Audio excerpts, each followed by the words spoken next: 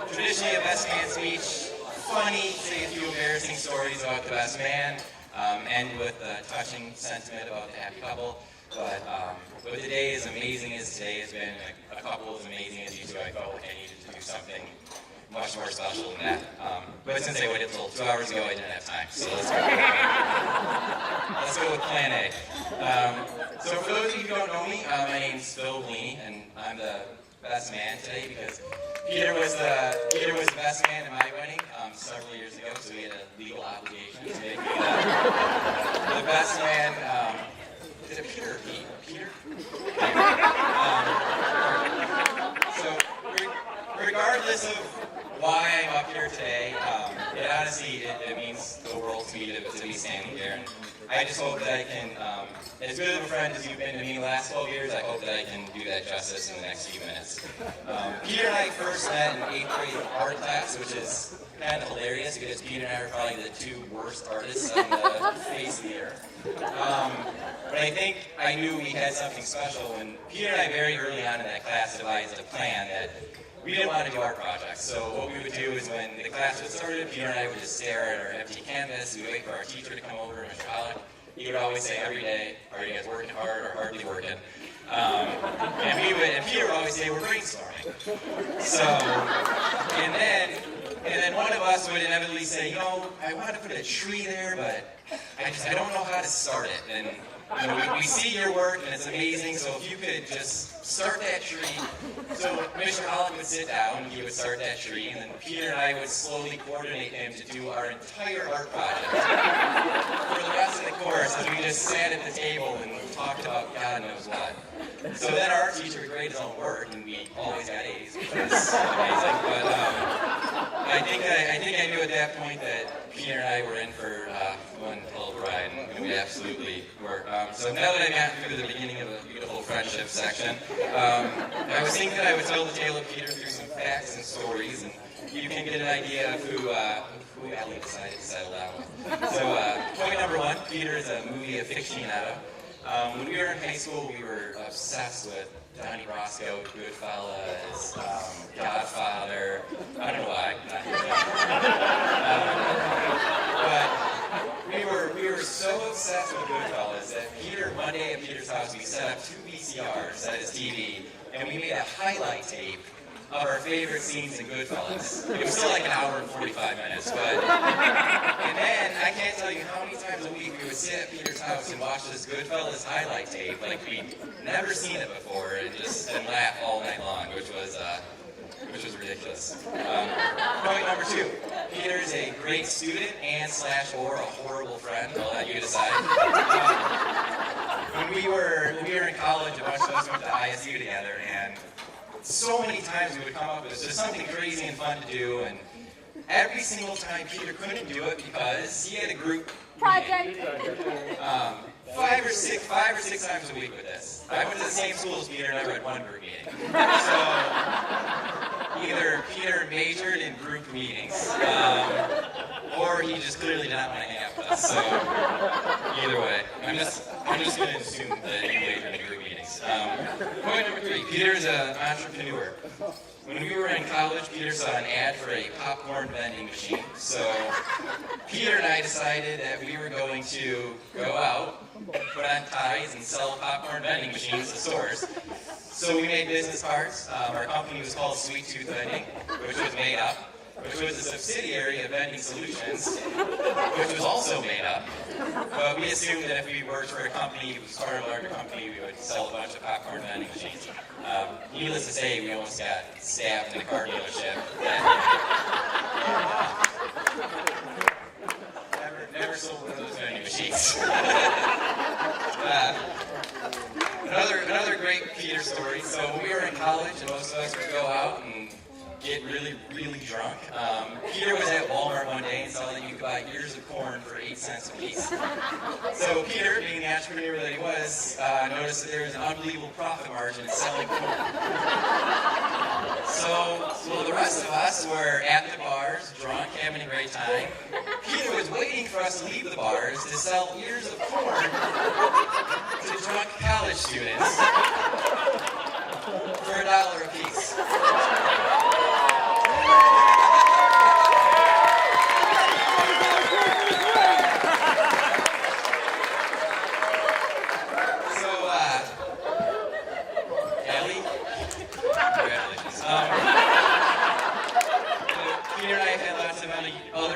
ideas involving barbershops, dentist office, advertising schools, which will still work. We'll do it one day. But I hope one day we can actually make one of these businesses work. Point number 4, Peter's a very creative and skilled actor. When we were in high school, we took a rhetoric and cinema class and made a movie called Cops Christmas Special. It's on YouTube. So feel free to view it. Peter played Officer Catalano. Worth it. It was one of the most gripping portrayals of a suburban police officer I've ever seen in my entire life. But they showed that movies in years after high school. Reason number 2 why Peter's super creative. Peter, our friend Jim, and myself, when we were juniors, we decided that we didn't want to hang out with one of our friends anymore. So the plan that we devised is we're going to make up fake girlfriends. And so whenever this person wanted to do something, we would say, we have dates with our fake girlfriends. My girlfriend was April Peterson. Peter's was Natalie Thompson. I don't remember Jim's, so I apologize. They went to Barrington High School, though. So I think the moment this plan really came to fruition is when the 3 of us were sitting alone in my parents' basement on Saturday night, congratulating each other on our plan perfectly executed. So we realized that we were alone sitting in my parents' basement on a Saturday night without a girl in sight. But we did it. We married girls.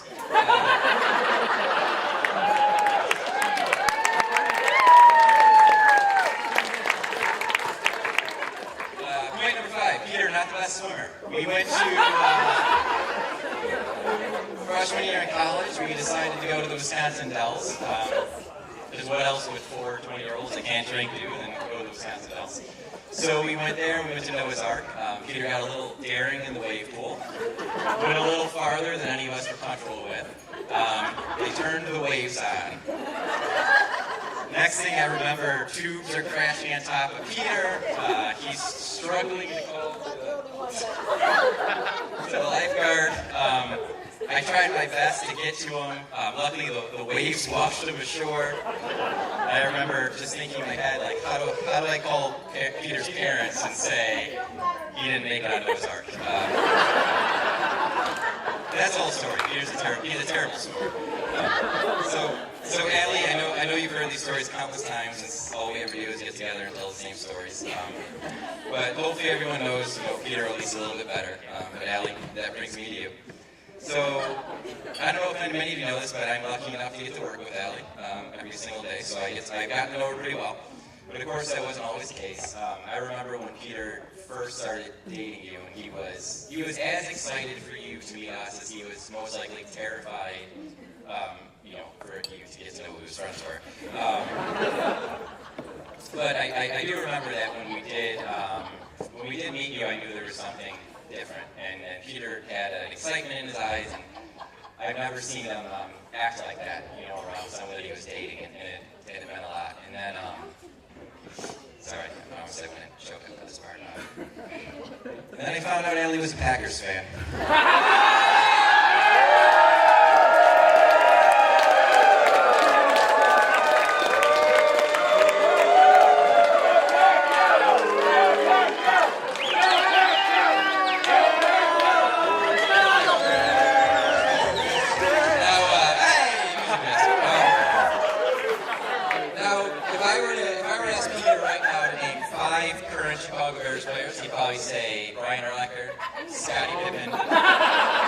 Jim Belushi and Rudy. So Peter, not a huge sports fan, but me being a huge sports fan, obviously this was a lot for me to deal with. The only thing I can imagine being more difficult is that I found out my wife was a Packers fan, but obviously I did my due diligence before I even started dating her, like any good Chicagoan would. And I knew that we were okay. But Peter, like I said, Allie's amazing, and I can see how happy she makes you. And if you can learn to accept her for her flaws, then maybe one day I can too. Not today, but maybe one day. But seriously, I I couldn't think of two better people in the world to get married, and I'm lucky enough to call Peter my best friend in the world. And I also get to call Allie one of my best friends too, and it makes me incredibly happy to see both of you together. I want to thank both of you for including me in this day, but more importantly, I want to thank Peter for being the best friend that I could ever ask for, and you honestly have no idea how much this moment means to me. I feel like I've been a part of your family for a really long time, and I want to thank your incredible mom and dad who have everything they did this weekend and for always making me feel like a part of your family and comfortable in your home for the last 12 years. I want to thank your sister, Enza. I don't have a sister, but getting to hang out, at your house as much as I did, she definitely made me wish that I did. Todd's here.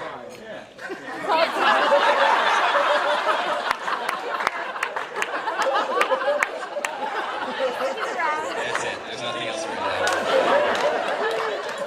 Through this whole process, it's been great to know some of your other family, especially your cousins who are sitting at this table right today. And I hope I can call all of you my friends now too.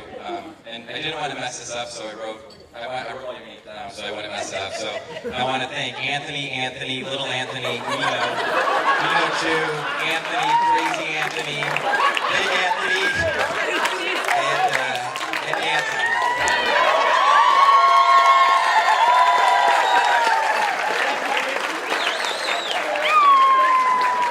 That's all Tony for short, right?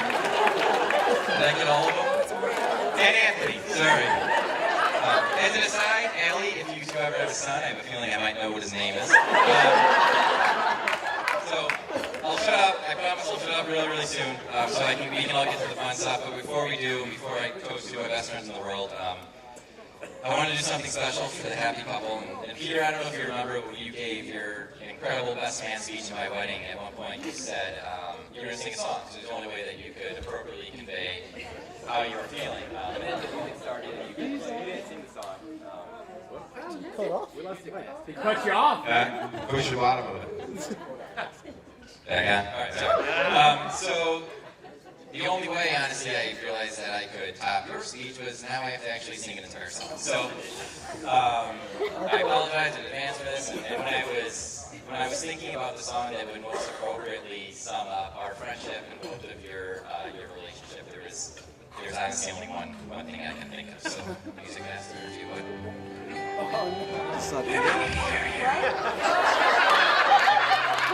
You keep in mind that he's singing to him. Would you dance? If I asked you to dance, would you run and never look back? Would you cry if you saw me cry? Would you save my soul tonight? Would you tremble if I touched your lips? Would you laugh? Oh, please tell me this. How would you die for the one you love? And pull me in your arms tonight.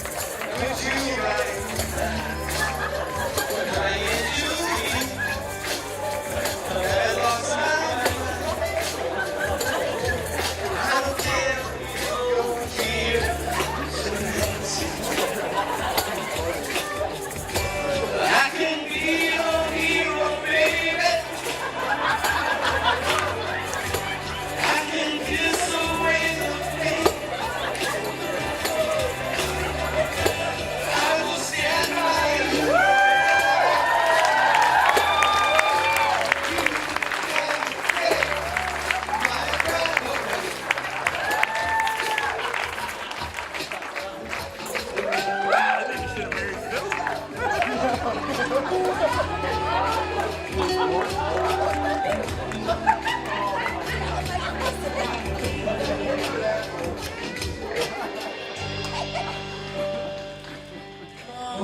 I just wanna hold you. Just wanna hold you. Hold him. Hold you. Too deep. Have I lost my mind? I don't care. You're here tonight. I can be your hero, baby. There you go, folks. Chime in. I can kiss away the pain. Oh, yeah. I will stand by you forever. All right, everybody, arms up and sway with the song. You can take my breath away.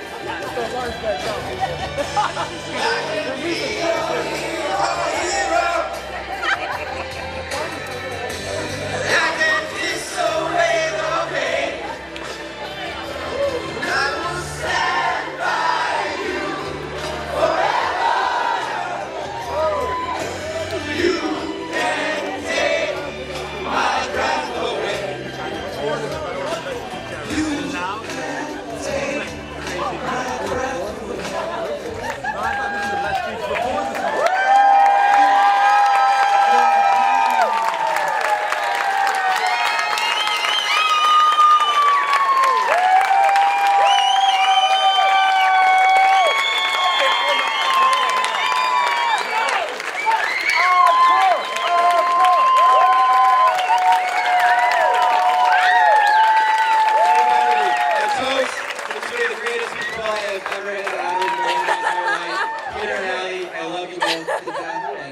congratulations on today. Thank you all so much.